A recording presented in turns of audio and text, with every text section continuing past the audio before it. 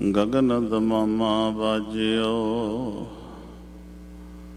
परियो निशाने घाव खेत जो मांडियो सूरमा अब जो जन को दा सूरा सो पहचानिए जो लरै दीन के हेत पुरजा पुरजा कट मरै कबहू ना छाड़ै खेत जां को हर रंग लागो इस जुग मह सो कहियत है सूरा आत्म जिणै सगल वसता कै जाका सतगुर पूरा ठाकुर गाइयै आत्म रंग शरणी पावन नाम त्यावन सहज समावन संग किस रूप नहीं किस जात नाही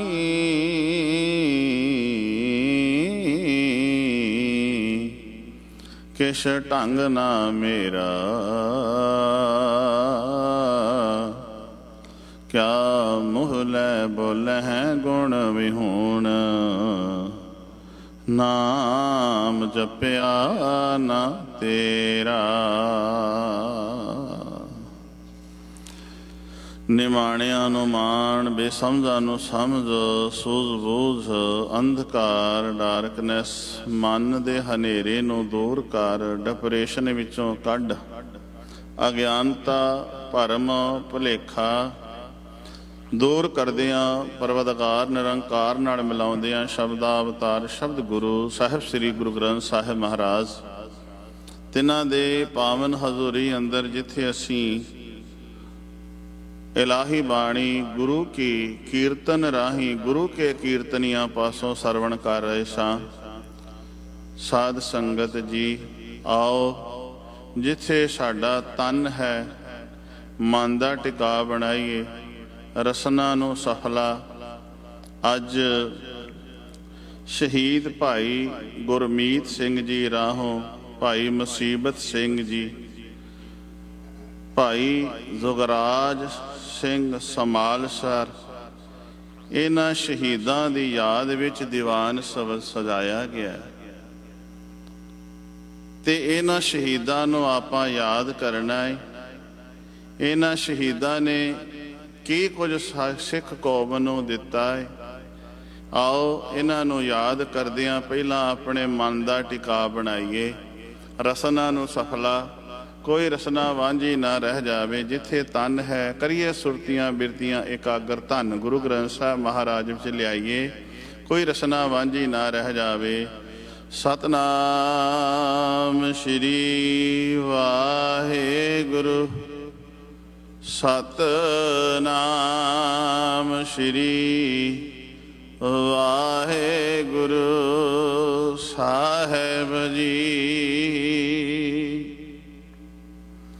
गुरु प्यारिओ आपां शहीदां दे अस्थान गुरुद्वारा श्री दशमेश दरबार च बैठे हैं ते जिन्ने भी आपां आए हैं आपां वेखदे हैं लंगर हाल विच जाइए तां भी शहीदां दियां फोटोआं लगियां ने। गुरुद्वारे दी बाहर साइड वेखीए ते थां थां ते उन्हां दियां फोटोआं लगियां होईयां ने। सानू ओह रोज़ हमेशा ही मैसेज दे रहे ने बई शहीद हो के सदा अमर हो जाईदा। जिहड़े शहीद हुंदे ने उन्हां नूं चित दे विच सिख कौम पंथ जिहड़ा है हमेशा याद करदा है ते जिहड़े शहीद हुंदे ने उन्हां नूं सदा अरदास दे विच याद करदा है। आपां रोज़ पढ़दे हां अरदास विच इह पहरा पढ़दे हां जिन्हां ਸਿੰਘਾਂ ਸਿੰਘਣੀਆਂ। हुण मैं शहीद दा ਜਿਹੜਾ ਵਿਆਖਿਆ ਕਰਨੀ ਹੈ ਵੀ ਸ਼ਹੀਦ ਆਖਦੇ ਕਿਸ ਨੂੰ ਨੇ ਗੁਰੂ ਗ੍ਰੰਥ ਸਾਹਿਬ ਚੋਂ ਹੀ ਵੇਖਾਂਗੇ ਆਪਾਂ। शहीद कहते किनू ने ध्यान दिया जे जिन्हां ਸਿੰਘਾਂ ਸਿੰਘਣੀਆਂ ਧਰਮ ਹੇਤ ਸ਼ੀਸ਼ ਦਿੱਤੇ। ਧਰਮ ਦੇ ਲਈ ਧਰਮ ਹੇਤ ਸ਼ੀਸ਼ ਦਿੱਤੇ। ਫਿਰ ਕਿਆ ਬੰਦ ਬੰਦ ਘਟਾਏ। ਧਿਆਨ ਦਿਆ ਜੇ ਸ਼ਹੀਦ ਦੀ ਪਰਿਭਾਸ਼ਾ ਆਪਾਂ ਵੇਖਣੀ ਹੈ। ਜਿਨ੍ਹਾਂ ਸਿੰਘਾਂ ਸਿੰਘਣੀਆਂ ਦੀ ਵੀ ਤੇ ਸਿੰਘਾਂ ਦੀ ਵੀ ਗੱਲ ਆਈ। ਰੋਜ਼ ਅਰਦਾਸ ਦੇ ਵਿੱਚ ਅਸੀਂ ਪਹਿਰਾ ਬੋਲਦੇ ਹਾਂ, ਇਹ ਪਹਿਰਾ ਪੜ੍ਹਦੇ ਹਾਂ। ਜਿਨ੍ਹਾਂ ਸਿੰਘਾਂ ਸਿੰਘਣੀਆਂ ਧਰਮ ਦੇ ਲਈ ਆਪਣੇ ਸਿਰ ਭੇਟਾ ਕੀਤੇ ਨੇ। ਧਿਆਨ ਦਿਆ ਜੇ ਮੈਂ ਪਹਿਰਾ ਪੂਰਾ ਪੜ੍ਹ ਦੇਵਾਂ ਫਿਰ ਆਪਾਂ ਵਿਚਾਰ ਕਰਦੇ ਹਾਂ। ਜਿਨ੍ਹਾਂ ਸਿੰਘਾਂ ਸਿੰਘਣੀਆਂ ਧਰਮ ਹੇਤ ਸ਼ੀਸ਼ ਦਿੱਤੇ, ਬੰਦ ਬੰਦ ਘਟਾਏ। ਮੈਂ ਇਹ ਗੱਲ ਕਹਾਂ ਕਿ ਜਦੋਂ ਅਸੀਂ ਬੰਦ ਬੰਦ ਘਟਾਉਣ ਤੇ ਗੱਲ ਆਵੇ ਨਾ ਸ਼ਹੀਦ ਦੀ, ਤੇ ਉਦੋਂ ਭਾਈ ਮਨੀ ਸਿੰਘ ਜੀ ਦਾ ਉਹ ਸਾਰੇ ਦਾ ਸਾਰਾ ਸਾਕਾ ਸਾਡੇ ਸਾਹਮਣੇ ਆਉਣਾ ਚਾਹੀਦਾ ਹੈ ਕਿ ਭਾਈ ਮਨੀ ਸਿੰਘ ਜੀ, ਤੁਸੀਂ ਨਖਾਸ ਚੌਂਕ ਦੇ ਵਿੱਚ ਲਾਹੌਰ ਅੰਦਰ ਤੁਹਾਡੇ ਜਦੋਂ ਬੰਦ ਬੰਦ ਜਲਾਦ ਕੱਟਣ ਲੱਗਾ ਤੇ ਗੁੱਟ ਤੋਂ ਫੜਿਆ ਤੇ ਤੁਸੀਂ ਜਲਾਦ ਨੂੰ ਇਹ ਕਹਿ ਦਿੱਤਾ, ਜਲਾਦ ਬੰਦ ਗੁੱਟ ਤੋਂ ਨਹੀਂ ਸ਼ੁਰੂ ਹੁੰਦਾ, ਬੰਦ ਪੋਟੇ ਤੋਂ ਸ਼ੁਰੂ ਹੁੰਦਾ। ਕਿੱਡਾ ਵੱਡਾ ਤੁਹਾਡੇ ਅੰਦਰ ਸਿਦਕ ਹੋਵੇਗਾ ਭਾਈ ਮਨੀ ਸਿੰਘ, ਕਿੱਡਾ ਵੱਡਾ ਤੁਹਾਡੇ ਅੰਦਰ ਉਹ ਜਜ਼ਬਾ ਹੋਵੇਗਾ, ਤੁਸੀਂ ਸਿਦਕਵਾਨ ਹੋਵੋਗੇ। ਕਿੰਨਾ ਤੁਹਾਡੇ ਅੰਦਰ ਸਿਦਕ ਹੋਵੇਗਾ ਜਿਹੜਾ ਜਦੋਂ ਤੁਸੀਂ ਜਲਾਦ ਤੁਹਾਡੇ ਬੰਦ ਤੋਂ ਫੜਦਾ ਕੱਟਣ ਲਈ ਤੇ ਤੁਸੀਂ ਪੋਟੇ ਤੋਂ ਦੱਸਦੇ ਹੋ। ਧਿਆਨ ਦਿਆ ਜੀ। ਬੰਦ ਬੰਦ ਕਟਾਏ। ਫਿਰ ਆਉਂਦਾ ਖੋਪਰੀਆਂ ਲੋਹਾਈਆਂ। ਤੇ ਜਦੋਂ ਖੋਪਰੀਆਂ ਲੋਹਾਉਣ ਦਾ ਅਸੀਂ ਬੰਦ ਪੜ੍ਹੀਏ ਉਦੋਂ ਸਾਡਾ ਧਿਆਨ ਸ਼ਹੀਦ ਗੰਜ ਲਾਹੌਰ ਚਲੇ ਜਾਏ, ਜਿੱਥੇ ਭਾਈ ਤਾਰੂ ਸਿੰਘ ਜੀ ਦੀ ਖੋਪੜੀ ਲੈ ਗਈ, ਸਿੱਖੀ ਕੇਸਾਂ ਸਵਾਸਾਂ ਨਾਲ ਨਿਭ ਗਈ। ਭਾਈ ਤਾਰੂ ਸਿੰਘ ਦਾ ਚਿੱਤ ਵਿੱਚ ਚੇਤਾ ਆ ਜਾਏ। ਧਿਆਨ ਦਿਆ ਜੇ। ਬੰਦ ਬੰਦ ਕਟਾਏ। ਫਿਰ ਕਹਿੰਦੀਆਂ ਖੋਪਰੀਆਂ ਲਵਾਈਆਂ, ਚਰਖੀਆਂ ਤੇ ਚੜੇ। ਜਦੋਂ ਚਰਖੀਆਂ ਤੇ ਚੜਨ ਦੀ ਗੱਲ ਕਰਦੇ ਆ, ਇਹ ਯਾਦ ਆਉਣਾ ਚਾਹੀਦਾ ਭਾਈ ਸ਼ਬੇਗ ਸਿੰਘ, ਸ਼ਹਬਾਜ਼ ਸਿੰਘ, ਦੋਵੇਂ ਪਿਓ ਪੁੱਤਰ। ਪਹਿਲਾਂ ਤੇ ਉਹਨਾਂ ਨੂੰ ਚਰਖੀ ਤੇ ਚੜਾਇਆ ਗਿਆ, ਉਹਨਾਂ ਦੇ ਇੱਕ ਇੱਕ ਅੰਗ ਤੋੜ ਦਿੱਤਾ ਗਿਆ।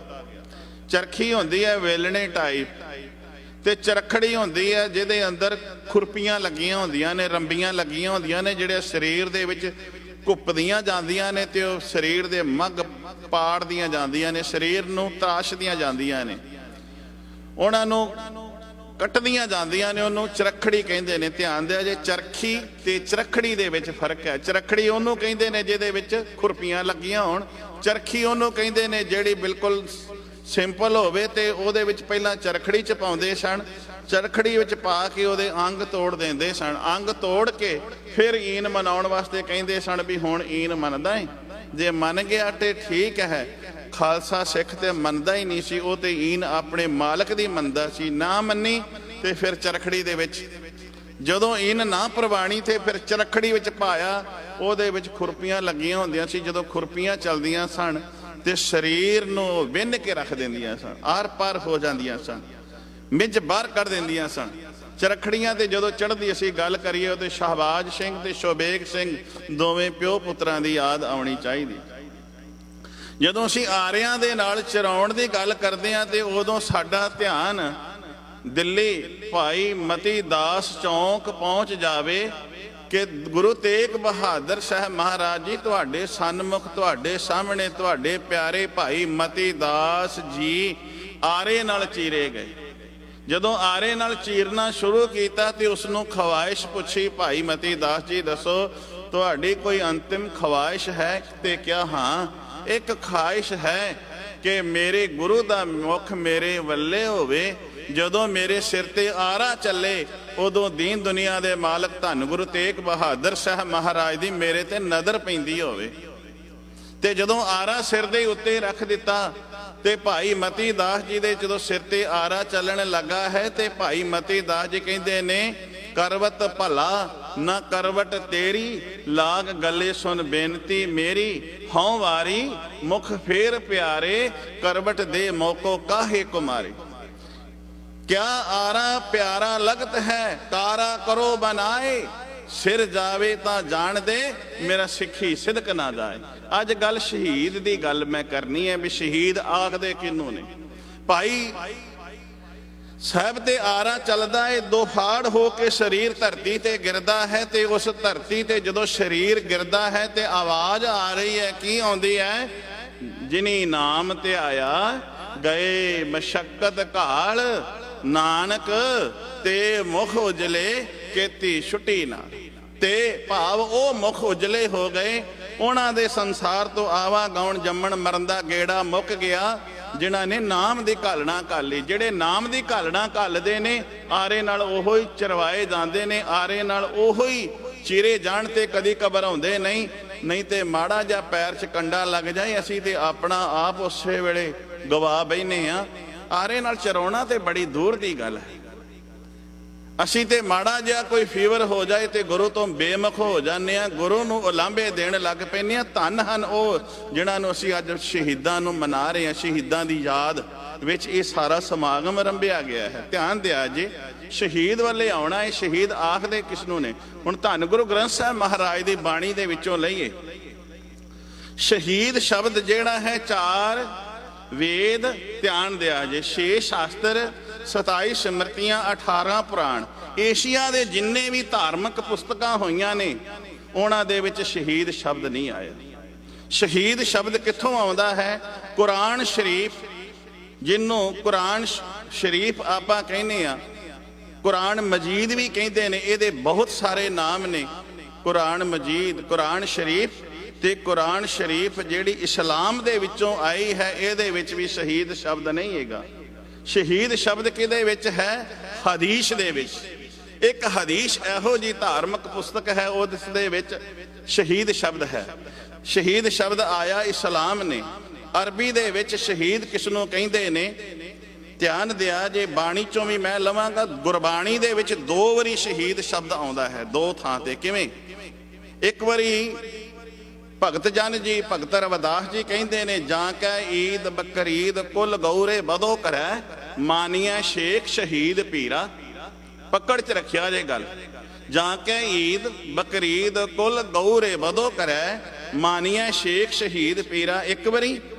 ਤੇ ਦੂਸਰੀ ਥਾਂ ਤੇ ਗੁਰੂ ਨਾਨਕ ਸਾਹਿਬ ਮਹਾਰਾਜ ਨੇ ਕਿਹਾ ਏ, ਪੀਰ ਪੈਗੰਬਰ ਸਾਲਕ ਸਾਦਕ ਸੌਂਦੇ ਔਰ ਸ਼ਹੀਦ ਸ਼ੇਖ, ਸੌਂਦੇ ਔਰ ਸ਼ਹੀਦ ਕਾਜੀ ਸ਼ੇਖ ਮਸ਼ਾਇਕ ਮੁੱਲਾ ਦਰ ਦਰ ਵੇਸ ਰਸੀਦ। ਹੁਣ ਧਿਆਨ ਦਿਆ ਜੇ, 2 ਥਾਂ ਤੇ ਆ ਗਿਆ। 2 ਥਾਂ ਤੇ ਇੱਕ ਵਾਰੀ ਗੁਰੂ ਨਾਨਕ ਸਾਹਿਬ ਜੀ ਕਹਿੰਦੇ ਨੇ ਤੇ ਇੱਕ ਵਾਰੀ ਭਗਤ ਰਵਿਦਾਸ ਜੀ ਕਹਿੰਦੇ ਨੇ ਸ਼ਹੀਦ। ਹੁਣ ਸ਼ਹੀਦ ਇਸਲਾਮ ਦੇ ਵਿੱਚੋਂ ਆਇਆ, ਹਦੀਸ ਵਿੱਚ ਇੱਕ ਥਾਂ ਤੇ ਆਇਆ। ਤੇ ਸ਼ਹੀਦ ਦੀ ਪਰਿਭਾਸ਼ਾ ਵੇਖੋ, ਕਹਿੰਦਾ ਦਿੱਤੀ ਜ਼ਹਿਰ ਤਕਦੀਰ ਨੇ ਹਸਨ ਤਾਈ, ਸ਼ੀਸ਼ ਸ਼ਾਹ ਹੁਸੈਨ ਦਾ ਕੱਟਦੀ ਏ, ਵਾਰਸ ਨਬੀ ਦਾ ਦੰਦ ਸ਼ਹੀਦ ਹੋਇਆ, ਤਕਦੀਰ ਨਾ ਕਿਸੇ ਤੋਂ ਹਟਦੀ ਏ। ਇਹ ਵਾਰਸ ਕਹਿੰਦਾ ਨਬੀ ਦਾ ਦੰਦ ਸ਼ਹੀਦ ਹੋਇਆ। ਸ਼ਹੀਦ ਆਇਆ ਇਸਲਾਮ ਵਿੱਚੋਂ ਸ਼ਬਦ ਹੈ, ਪਰ ਉਹਦਾ ਪੈਰਾਮੀਟਰ ਵੇਖੋ ਕਿੱਡਾ ਹੈ, ਉਹਦਾ ਪੈਰਾਮੀਟਰ ਕਿੱਡਾ ਛੋਟਾ ਹੈ। ਵਾਰਿਸ ਨਬੀ ਦਾ ਦੰਦ ਸ਼ਹੀਦ ਹੋਇਆ, ਤਕਦੀਰ ਕਿਸੇ ਤੋਂ ਨਾ ਹਟਦੀ ਹੈ। ਧਿਆਨ ਫਿਰ ਦਿਆ ਜੇ, ਮੈਂ ਇੱਕ ਵਾਰੀ ਫਿਰ ਕਹਿਣਾ, ਮੈਂ ਸ਼ਹੀਦ ਦੀ ਪਰਿਭਾਸ਼ਾ ਦੱਸ ਰਿਹਾ ਵੀ ਸ਼ਹੀਦ ਆਖਦੇ ਕਿਸ ਨੂੰ ਨੇ, ਕਿਉਂਕਿ ਆਪਾਂ ਸ਼ਹੀਦਾਂ ਦੀ ਅੱਜ ਯਾਦ ਮਨਾ ਰਹੇ ਹਾਂ, ਸ਼ਹੀਦਾਂ ਦੇ ਸਥਾਨ ਤੇ ਬੈਠੇ ਹੋਏ ਹਾਂ। ਕਿਆ ਵਾਰਿਸ ਨਬੀ ਦਾ ਦੰਦ ਸ਼ਹੀਦ ਹੋਇਆ, ਤਕਦੀਰ ਨਾ ਕਿਸੇ ਤੋਂ ਹਟਦੀ ਹੈ। ਨਬੀ ਕਿਹਨੂੰ ਕਿਹਾ? ਹਜ਼ਰਤ ਮੁਹੰਮਦ ਸਾਹਿਬ ਨੂੰ। ਇਸਲਾਮ ਦੇ ਵਿੱਚ ਹਜ਼ਰਤ ਮੁਹੰਮਦ ਸਾਹਿਬ ਨੂੰ ਨਬੀ ਆਖਿਆ ਗਿਆ। ਤੇ ਜਦੋਂ ਜੰਗੇ ਉਹ ਦੇ ਵਿੱਚ, ਜੰਗੇ ਉਹ ਮੈਦਾਨੇ ਜੰਗ ਦੇ ਵਿੱਚ, ਜੰਗੇ ਉਹ ਦੇ ਵਿੱਚ ਉਮੈਦ ਬਿਨ ਕਮਈਆ ਆ ਕੇ ਜੰਗੇ ਉਹ ਦੇ ਵਿੱਚ ਮੁਹੰਮਦ ਸਾਹਿਬ ਦੇ ਉੱਤੇ ਆ ਕੇ ਵਾਰ ਕਰਦਾ ਹੈ। ਤੇ ਵਾਰ ਜਦੋਂ ਤਲਵਾਰ ਦਾ ਵਾਰ ਕਰਦਾ ਹੈ ਤੇ ਮੁਹੰਮਦ ਸਾਹਿਬ ਦਾ ਜਿਹੜਾ ਦੰਦ ਟੁੱਟ ਜਾਂਦਾ ਹੈ। ਕਿਵੇਂ? ਵਾਹਿਗੁਰੂ, ਜਦੋਂ ਉਮੈਦ ਬਿਨ ਕਮਈਆ ਆ ਕੇ ਵਾਰ ਕਰਦਾ ਹੈ, ਧਿਆਨ ਦਿਆ ਜੇ, ਤੇ ਜਦੋਂ ਉਹ ਵਾਰ ਕਰਦਾ ਹੈ ਆਪਣੀ ਤਲਵਾਰ ਦਾ, ਤੇ ਮੁਹੰਮਦ ਸਾਹਿਬ ਵਾਹਿਗੁਰੂ ਧਰਤੀ ਤੇ ਡਿੱਗ ਪੈਂਦਾ ਹੈ। ਤੇ ਜਦੋਂ ਧਰਤੀ ਤੇ ਡਿੱਗਦਾ ਹੈ ਤੇ ਦੁਸ਼ਮਣ, ਇਹ ਕਈ ਵਾਰੀ ਜਦੋਂ ਵਾਰ ਖਾ ਕੇ ਦੁਸ਼ਮਣ ਧਰਤੀ ਤੇ ਡਿੱਗਦਾ, ਤੇ ਜਿਹੜਾ ਹਮਲਾਵਰ ਹਮਲਾ ਕਰਨ ਵਾਲਾ ਹੈ ਨਾ, ਉਹ ਵੇਖਦਾ ਵੀ ਹੁਣ ਮਰ ਵੀ ਗਿਆ ਹੈ ਕਿ ਨਹੀਂ ਮਰਿਆ। ਇਹ ਨਾ ਵੀ ਵਿੱਚੇ ਹੀ ਮੈਂ ਛੱਡ ਕੇ ਚਲੇ ਜਾਵਾਂ। ਉਹ ਹੁਣ ਐਵੇਂ ਕਰਦਾ ਹੈ, ਉਹ ਫਿਰ ਵੇਖਦਾ ਹੈ ਮੈਂ ਵਾਰ ਕੀਤਾ ਹੈ। ਤੇ ਕਈ ਵਾਰੀ ਜਿਹੜਾ ਜਿਹਦੇ ਉੱਤੇ ਵਾਰ ਹੁੰਦਾ ਸੀ ਉਹ ਧਰਤੀ ਤੇ ਡਿੱਗਦਾ ਸੀ, ਤੇ ਉਹ ਮਰਨ ਦਾ ਨਾਟਕ ਵੀ ਕਰ ਲੈਂਦਾ ਸੀ ਵੀ ਮੈਂ ਹੁਣ ਮਰ ਗਿਆ, ਤੇ ਸਾਹ ਘੁੱਟ ਲੈਂਦਾ ਸੀ ਤੇ ਦੁਸ਼ਮਣ ਛੱਡ ਕੇ ਚਲੇ ਜਾਂਦਾ ਸੀ। ਪਰ ਜਿਹੜਾ ਦੁਸ਼ਮਣ ਹੁੰਦਾ ਸੀ ਤੇਜ ਤਰਾਰ, ਉਹ ਵੇਖਦਾ ਸੀ ਇਹ ਮਰਿਆ ਹੈ ਕਿ ਨਹੀਂ ਮਰਿਆ। ਉਹ ਕੀ ਕਰਦਾ ਸੀ, ਵਾਰ ਖਾਧਾ ਤੇ ਦੁਸ਼ਮਣ ਨੇ ਧਰਤੀ ਤੇ ਡਿੱਗੇ ਨੂੰ ਉਹਨੂੰ ਵੇਖਿਆ ਵੀ ਹੁਣੇ ਇਹਨੂੰ ਮੈਂ ਵੇਖਾਂ ਵੀ ਇਹਦੇ ਪ੍ਰਾਣ ਹੈਗੇ ਨੇ ਕਿ ਨਹੀਂ।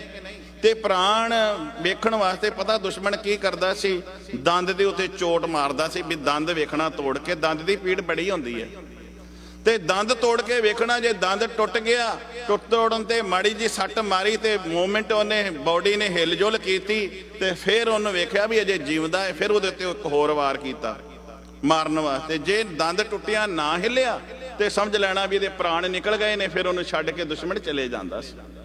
ਹੁਣ ਉਮੈਦ ਬਿਨ ਕਮਈਆ ਜੰਗੇ ਉਹਦੇ ਵਿੱਚ ਵਾਰ ਕਰਦਾ ਹੈ, ਮੁਹੰਮਦ ਸਾਹਿਬ ਥੱਲੇ ਗਿਰਦਾ ਹੈ ਤੇ ਉਹ ਸਾਹ ਘੁੱਟ ਲੈਂਦੇ ਨੇ ਵੀ ਦੁਸ਼ਮਣ ਨੂੰ ਪਤਾ ਲੱਗੇ ਵੀ ਮਰ ਗਿਆ ਹੈ ਤੇ ਚਲੇ ਜਾਵੇ। ਜਦੋਂ ਸਾਹ ਘੁੱਟਿਆ ਦੁਸ਼ਮਣ ਜਿਹੜਾ ਹੈ ਹੁਣ ਦੰਦ ਤੋੜ ਕੇ ਵੇਖਦਾ ਹੈ ਤੇ ਦੰਦ ਟੁੱਟਿਆ। ਮੁਹੰਮਦ ਸਾਹਿਬ, ਹਜ਼ਰਤ ਮੁਹੰਮਦ ਸਾਹਿਬ ਨੇ ਸੀ ਨਹੀਂ ਕੀਤੀ, ਉਹਨਾਂ ਨੇ ਆਪਣੇ ਸਰੀਰ ਦੀ ਮੂਵਮੈਂਟ ਨਹੀਂ ਕੀਤੀ, ਹਿਲਜੁਲ ਨਹੀਂ ਕੀਤੀ ਕਿ ਦੁਸ਼ਮਣ ਨੂੰ ਇਹ ਨਾ ਪਤਾ ਲੱਗ ਜਾਵੇ ਮੈਂ ਅਜੇ ਜਿਉਂਦਾ ਵਾਂ ਤੇ ਦੰਦ ਟੁੱਟ ਗਿਆ, ਪਰ ਸੀ ਨਾ ਕੀਤੀ ਪਿਆਰਿਆ। ਹੁਣ ਵਾਰਿਸ ਸ਼ਾਹ ਇੱਥੇ ਲਿਖਦਾ ਹੈ ਕਿ ਦਿੱਤੀ ਜ਼ਹਿਰ ਤਕਦੀਰ ਨੇ ਹਸਨ ਤਾਈ ਦਿੱਤੀ ਜ਼ਹਿਰ ਤਕਦੀਰ ਨੇ ਹਸਨ ਤਾਈ। ਜਦੋਂ ਜ਼ਹਿਰ ਭਾਵ ਜਦੋਂ ਜੰਗ ਦੇ ਵਿੱਚ ਮੈਦਾਨ ਦੇ ਵਿੱਚ ਉਹ ਧਰਤੀ ਤੇ ਡਿੱਗਿਆ ਤੇ ਉਹਦਾ ਧਰਤੀ ਤੇ ਡਿੱਗੇ ਹੋਏ ਦਾ ਉਮੈਦ ਬਿਨ ਕਮਈਆ ਨੇ ਦੰਦ ਤੋੜਿਆ ਤੇ ਉਹ ਕਹਿੰਦੇ ਨੇ ਹਜ਼ਰਤ ਮੁਹੰਮਦ ਸਾਹਿਬ ਜੀ ਦਾ ਦੰਦ ਸ਼ਹੀਦ ਹੋ ਗਿਆ। ਉਹ ਇਹਨਾਂ ਨੂੰ ਉਹ ਕਹਿੰਦੇ ਨੇ ਵੀ ਇਹਨਾਂ ਦਾ ਦੰਦ ਸ਼ਹੀਦ ਹੋਇਆ, ਉਹ ਦੰਦ ਨੂੰ ਵੀ ਸ਼ਹੀਦ ਦੱਸਦੇ ਨੇ। ਤੇ ਮੈਂ ਇਹ ਕਹਿਣਾ ਚਾਹੁੰਦਾ, ਇਸਲਾਮ ਆਪਣੇ ਇੱਕ ਨਬੀ ਦਾ ਦੰਦ ਟੁੱਟ ਜਾਏ ਤੇ ਉਹਨੂੰ ਸ਼ਹੀਦ ਦੱਸਦੇ ਨੇ। ਸਿੱਖਾ ਤੇਰੀ ਸਿੱਖੀ ਦੇ ਵਿੱਚ ਤੂੰ ਧਿਆਨ ਮਾਰ ਕੇ ਵੇਖ ਕਿੱਥੋਂ ਲੱਗੀ ਹੈ ਲੜੀ, ਸ਼ਹੀਦੀਆਂ ਦੀ ਲੜੀ ਸ਼ੁਰੂ ਕਿੱਥੋਂ ਹੋ ਗਈ ਹੈ। ਧੰਨ ਗੁਰੂ ਅਰਜਨ ਸਾਹਿਬ ਮਹਾਰਾਜ ਜੀ ਤਤੀ ਤਵੀ ਤੇ ਬਹਿੰਦੇ ਨੇ, ਤਨ ਮਨ ਕਾਟ ਕਾਟ ਸਭ ਅਰਪੀ ਵਿੱਚ ਅਗਨੀ ਆਪ ਜਲਾਈ, ਆ ਹੈ ਸ਼ਹੀਦ।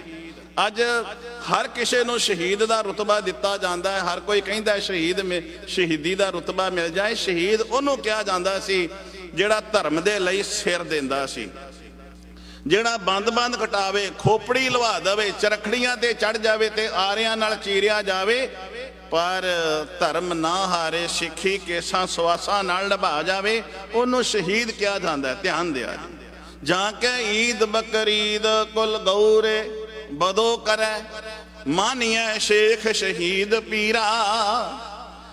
ਜਾਂ ਕਿ ਈਦ ਬਕਰੀਦ, ਬਕਰੀਦ ਦਾ ਅਰਥ ਹੈ ਬੱਕਰ, ਬੱਕਰ ਇਹ ਅਰਬੀ ਦਾ ਅਲਫਾਜ਼, ਬੱਕਰ ਤੋਂ ਭਾਵ ਹੈ ਬੈਲ। ਤੇ ਜਿਹੜਾ ਹੈ ਨਾ ਬਲਦ, ਬੈਲ, ਗਊ, ਜਦੋਂ ਇਸਲਾਮ ਵਿੱਚ ਈਦ ਦਾ ਦਿਨ ਆਉਂਦਾ ਹੈ ਨਾ, ਈਦ ਕਹਿੰਦੇ ਨੇ ਖੁਸ਼ੀ ਦਾ ਸਮਾਂ, ਤੇ ਖੁਸ਼ੀ ਇਸ ਕਰਕੇ ਮਨਾਉਂਦੇ ਨੇ ਕਿ ਹਜ਼ਰਤ ਇਬਰਾਹਿਮ ਦੇ ਪੁੱਤਰ ਨੂੰ ਖੁਦਾਈ ਹੁਕਮ ਅਨੁਸਾਰ ਜਦੋਂ ਉਹਨੂੰ ਕੁਰਬਾਨੀ ਦੇਣ ਲਈ ਤਿਆਰੀ ਕੀਤੀ ਜਾ ਰਹੀ ਸੀ ਨਾ, ਉਸ ਸਮੇਂ ਉਹ ਜਦੋਂ ਦਿਨ ਆਉਂਦਾ ਹੈ ਤੇ ਇਸਲਾਮ ਵਿੱਚ ਈਦ ਮਨਾਈ ਜਾਂਦੀ ਹੈ। ਫਿਰ ਧਿਆਨ ਦਿਆ ਜੇ ਹਜ਼ਰਤ ਮੁਹੰਮਦ ਸਾਹਿਬ ਜੀ ਦਾ ਪੁੱਤਰ ਜਦੋਂ ਖੁਦਾਈ ਹੁਕਮ ਅਨੁਸਾਰ ਕੁਰਬਾਨ ਹੋਣ ਲਈ ਤਿਆਰ ਹੋ ਰਿਹਾ ਸੀ ਤੇ ਉਸ ਦਿਨ ਨੂੰ ਮਨਾਇਆ ਜਾਂਦਾ ਹੈ ਜਿਵੇਂ ਅੱਜ ਅਸੀਂ ਸ਼ਹੀਦਾਂ ਦੇ ਦਿਨ ਨੂੰ ਮਨਾਇਆ ਜਾਂਦਾ ਹੈ। ਉਸ ਦਿਨ ਨੂੰ ਮਨਾਇਆ ਜਾਂਦਾ ਹੈ ਤੇ ਉਸ ਦਿਨ ਨੂੰ ਮਨਾਉਣ ਦੇ ਲਈ ਇਸਲਾਮ ਦੇ ਵਿੱਚ ਕੀ ਕੀਤਾ ਜਾਂਦਾ ਹੈ, ਬੱਕਰ ਮੀਨਸ ਬੈਲ, ਬੱਕਰ ਈਦ ਵੀ ਕਹਿੰਦੇ ਨੇ, ਬੱਕਰਾ ਜਿਹਨੂੰ ਈਦ ਵਾਲੇ ਦਿਨ, ਇਹ ਈਦ ਦਾ ਦਿਨ, ਉਸ ਦਿਨ ਬੜਾ ਖੁਸ਼ੀ ਦਾ ਦਿਨ ਮੰਨਦੇ ਨੇ। ਤੇ ਉਸ ਦਿਨ ਪਤਾ ਕਰਦੇ ਕੀ ਨੇ, ਬੈਲ ਨੂੰ, ਬਲਦ ਨੂੰ, ਪਸ਼ੂ ਗਊ ਨੂੰ, ਉਹਨਾਂ ਨੂੰ ਬਦੋ ਮੀਨਸ ਬੰਨ ਕੇ ਨਾ, ਕਿੱਲੇ ਦੇ ਨਾਲ ਬੰਨ ਦੇਣਾ, ਬੰਨ ਕੇ ਤੇ ਉਹਦੇ ਉੱਤੇ ਫਿਰ ਉਹਦੀ ਸ਼ਾਹ ਰਗ ਵੱਢ ਦਿੰਦੇ ਨੇ। ਜਿਸ ਦੇ ਅੰਦਰ ਸਾਹ ਚੱਲਦੇ ਨੇ ਨਾ, ਇਹ ਸ਼ਾਹ ਰਗ ਵੱਢ ਦਿੰਦੇ ਨੇ। ਵੱਢਦੇ ਵੀ ਲਿਆ ਕੇ ਚਰਾਏ ਦੇ ਵਿੱਚ ਨੇ, ਜਿੱਥੇ ਬਹੁਤ ਸਾਰੀ ਜਗ੍ਹਾ ਖੁੱਲੀ ਹੋਵੇ ਤੇ ਲੋਕ ਇਕੱਠੇ ਹੋ ਕੇ ਵੇਖਣ। ਤੇ ਜਦੋਂ ਉਹਦੇ ਤੜਫਦਾ ਹੈ, ਉਹਦੀ ਜਾਨ ਨਿਕਲਦੀ ਹੈ ਨਾ, ਲੱਤਾਂ ਮਾਰਦਾ ਪਸ਼ੂ ਤੇ ਲਹੂ ਦੇ ਫੁਹਾਰੇ ਜਦੋਂ ਚੱਲਦੇ ਨੇ, ਪੂਰਾ ਸਿਰ ਵੱਖਰਾ ਨਹੀਂ ਕਰਦੇ ਤੇ ਇੱਕ ਰਗ ਵੱਢਦੇ ਨੇ, ਸ਼ਾਹ ਰਗ ਵੱਢਦੇ ਨੇ, ਲਹੂ ਦੇ ਫੁਹਾਰੇ ਦੂਰ ਤੱਕ ਪੈਂਦੇ ਨੇ। ਫਿਰ ਇਹ ਬੜੇ ਖੁਸ਼ ਹੁੰਦੇ ਨੇ। ਕਿਉਂ ਖੁਸ਼ ਹੁੰਦੇ ਨੇ? ਵੀ ਉਹਦਾ ਮਾਸ ਖਾਵਾਂਗੇ। खुश हो रहे ने भी इहदा मांस खावांगे। वो तड़प तड़प के जान दे रहा है, ਉਹਦੇ प्राण निकल रहे ने ते ये कहंदे ने मांस खावांगे ਉਹਦਾ। ध्यान दिया जे उसे उसनों पता की कहंदे ने बलिदान, बलि देनी। ਜਿਹੜਾ बेजमाना पशु है ਉਹਨੂੰ ਬੰਨ के ਵੱਢ देना, ਉਹਦੇ ਉੱਤੇ ਜਦੋਂ ਵਾਰ ਕਰਨਾ ਹੈ ਤੇ ਉਹਦੀ ਸ਼ਾਹ ਰਗ ਵੜ ਦੇਣੀ ਹੈ ਤੇ ਉਹਨੂੰ ਇਸਲਾਮ ਵਿੱਚ ਆਪਾਂ ਬਲੀ, ਹਿੰਦੂ ਵੀਰ ਵੀ ਜਦੋਂ ਕੋਈ ਕੁੱਕੜ ਦੀ ਕੋਈ ਕਾਹੇ ਦੀ ਕੱਟਦੇ ਨੇ ਦੇ ਦਿੰਦੇ ਨੇ, ਕੋਈ ਕਾਲੀ ਦੇਵੀ ਨੂੰ ਚੜਾਉਂਦਾ, ਕੋਈ ਕਾਹਦੇ ਅੱਗੇ, ਇਹ ਬਲੀਆਂ, ਉਹਨੂੰ ਬਲੀਦਾਨ ਕਿਹਾ ਜਾਂਦਾ ਹੈ, ਬਲੀ ਦਿੱਤੀ ਹੈ। ਪਰ ਸ਼ਹੀਦ ਜਿਹੜਾ ਉਹ ਬਲੀ ਨਹੀਂ ਦਿੰਦਾ। ਧਿਆਨ ਦਿਆ ਜੇ, ਸ਼ਹੀਦ ਬਲੀ ਨਹੀਂ, ਸ਼ਹੀਦ ਜਿਹੜਾ ਹੈ ਬਲੀ ਨਹੀਂ ਦਿੰਦਾ। ਇਹ ਜਿਹੜਾ ਪਸ਼ੂ ਹੈ ਉਹਦੀ ਬਲੀ ਦਿੱਤੀ ਜਾਂਦੀ ਹੈ, ਉਹਨੂੰ ਬੰਨ ਕੇ ਜਦੋਂ ਵੱਢਿਆ ਜਾਵੇ ਉਹਦੀ ਬਲੀ ਹੋ ਗਈ। ਜਾਂ ਕਿ ਈਦ ਬਕਰੀਦ ਕੁਲ ਗੌਰੇ ਬਦੋ ਕਰੈ, ਮਾਨੀਆਂ ਸ਼ੇਖ ਸ਼ਹੀਦ ਪੀਰਾ। ਪਰ ਇੱਥੇ ਧਿਆਨ ਦਿਆ ਜੇ ਬਲੀ ਨਹੀਂ ਹੈ, ਇੱਥੇ ਕਤਲ, ਕਾਤਲ, ਮਖਤਲ, ਮਖਤੂਲ, ਇਹ ਵੀ ਸਾਰੇ ਫਾਰਸੀ ਦੇ ਲਫ਼ਜ਼ ਨੇ, ਮੈਂ ਇਹਨਾਂ ਦੇ ਅਰਥ ਕਰਾਂਗਾ। ਕਤਲ, ਕਾਤਲ, ਮਖਤਲ ਤੇ ਮਖਤੂਲ। ਸ਼ਹੀਦ ਉਹ ਹੁੰਦਾ ਜਿਹੜਾ ਆਪ ਚੱਲ ਕੇ ਜਾਵੇ, ਕਿੱਥੇ? ਜਿੱਥੇ ਕਤਲ ਦੀ ਕਿਰਿਆ ਹੋਵੇ, ਜਿੱਥੇ ਕਤਲ ਦੀ ਕਿਰਿਆ ਹੋਵੇ, ਜਿੱਥੇ ਕਤਲਗਾਹ ਹੋਵੇ ਨਾ, ਉੱਥੇ ਆਪ ਚੱਲ ਕੇ ਆਪਣਾ ਸਿਰ ਦੇਣ ਲਈ ਆਪ ਹੱਸ ਕੇ ਜਾਵੇ ਵੀ ਆ ਮੇਰਾ ਸਿਰ ਜਿਹੜਾ ਹੈ ਨਾ, ਮੈਂ ਆਪਣਾ ਸਿਰ ਦੇਣ ਲਈ ਤਿਆਰ ਹਾਂ।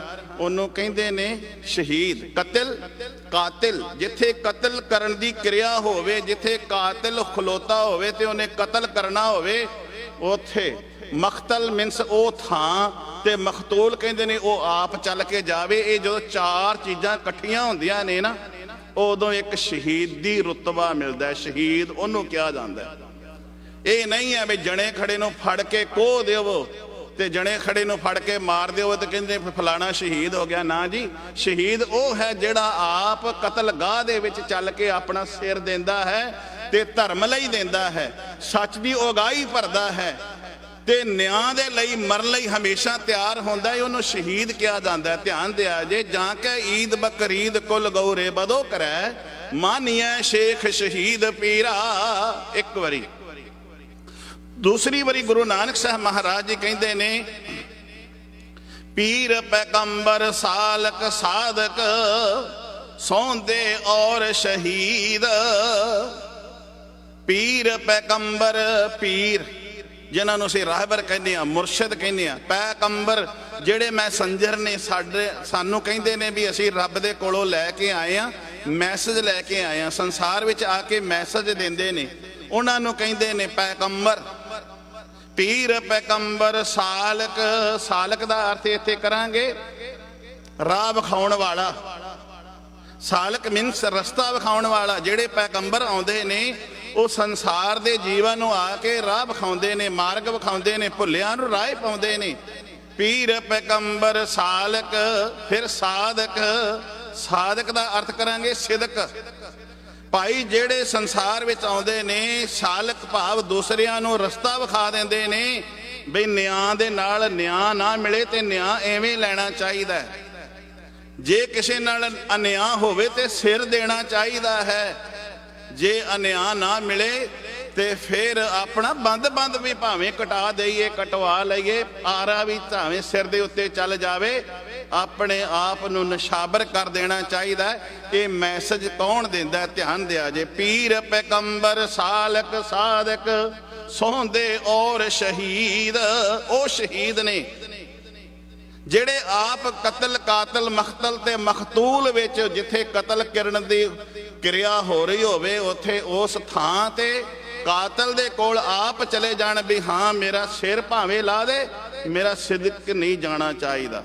ਮੇਰਾ ਬੰਦ ਭਾਵੇਂ ਕੱਟ ਦੇ, ਭਾਵੇਂ ਮੇਰਾ ਖੋਪੜਾ ਲਾ ਦੇ, ਪਰ ਮੇਰਾ ਸਿੱਖੀ ਕੇਸਾਂ ਸਵਾਸਾਂ ਨਾਲ ਨਿਭ ਜਾਣੀ ਚਾਹੀਦੀ ਹੈ। ਉਹਨੂੰ ਸ਼ਹੀਦ ਕਹਿੰਦੇ ਨੇ। ਧਿਆਨ ਦਿਆ ਜੀ। ਤੇ ਆ ਜਿਹਨਾਂ ਦੇ ਆਪਾਂ ਅੱਜ ਸ਼ਹੀਦੀ ਦਿਵਸ ਮਨਾ ਰਹੇ ਆ, ਉਹਨਾਂ ਦੇ ਪਰਥਾਏ ਥੋੜਾ ਜਿਹਾ ਉਹਨਾਂ ਵੱਲੇ ਧਿਆਨ ਦਿਆ ਜੇ। ਭਾਈ ਗੁਰਦਾਸ ਜੀ ਕਹਿੰਦੇ ਨੇ, ਜਿਉਂ ਕਰ ਖੂਹੋਂ ਨਿਕਲੈ ਗਲ ਬੱਧੇ ਪਾਣੀ। ਭਾਈ ਗੁਰਦਾਸ ਜੀ ਕਹਿੰਦੇ ਨੇ, ਜਿਉਂ ਕਰ ਖੂਹੋਂ ਨਿਕਲੈ ਗਲ ਬੱਧੇ ਪਾਣੀ। ਜੇ ਖੂਹ ਦੇ ਵਿੱਚੋਂ ਪਾਣੀ ਕੱਢਣਾ ਹੋਵੇ ਨਾ ਤੇ ਘੜੇ ਨੂੰ ਰੱਸੀ ਪਾਉਣੀ ਪੈਂਦੀ, ਉਹਦੇ ਗਲ ਨੂੰ ਬੰਨਣਾ ਪੈਂਦਾ ਹੈ। ਘੜੇ ਨੂੰ ਰੱਸੀ ਪਾਵਾਂਗੇ, ਉਹਦੇ ਗਲ ਨੂੰ ਬੰਨਾਂਗੇ ਨਾ, ਬਾਲਟੀ ਦੇ ਗਲ ਨੂੰ ਰੱਸੀ ਪਾਵਾਂਗੇ, ਫਿਰ ਉਹਦੇ ਖੂਹ ਦੇ ਵਿੱਚ ਛੱਟਾਂਗੇ ਤੇ ਪਾਣੀ ਨਿਕਲ ਸਕਦਾ ਹੈ। ਜੇ ਉਹਦੇ ਗਲ ਨੂੰ ਰੱਸੀ ਨਹੀਂ ਨਾ ਪਾਈ। ਹੁਣ ਇਸ਼ਾਰਾ ਮੇਰਾ ਕਿੱਥੇ ਹੈ, ਧਿਆਨ ਦਿਆ ਜੇ ਭਾਈ ਗੁਰਦਾਸ ਜੀ ਦੀ ਵਾਰ ਨਾਲ। ਜੇ ਬੰਦਿਆ ਤੂੰ ਉਹਨਾਂ ਕੰਮਾਂ ਤੇ ਉਹਨਾਂ ਨੇ ਜਿਹੜੇ ਤੇਰੇ ਉੱਤੇ ਅਤਿਆਚਾਰ ਕਰਦੇ ਨੇ, ਜੇ ਤੂੰ ਉਹਨਾਂ ਦੇ ਗਲ ਵਿੱਚ ਰੱਸੀ ਨਾ ਪਾਏਗਾ, ਇਹ ਤੇਰੇ ਉੱਤੇ ਹੁੰਦਾ ਹੀ ਰਹਿਣਾ ਹੈ, ਆਉਂਦਾ ਹੀ ਰਹਿਣਾ ਹੈ। ਤੈਨੂੰ ਜਾਗਰਤ ਹੋਣਾ ਪੈਣਾ ਹੈ।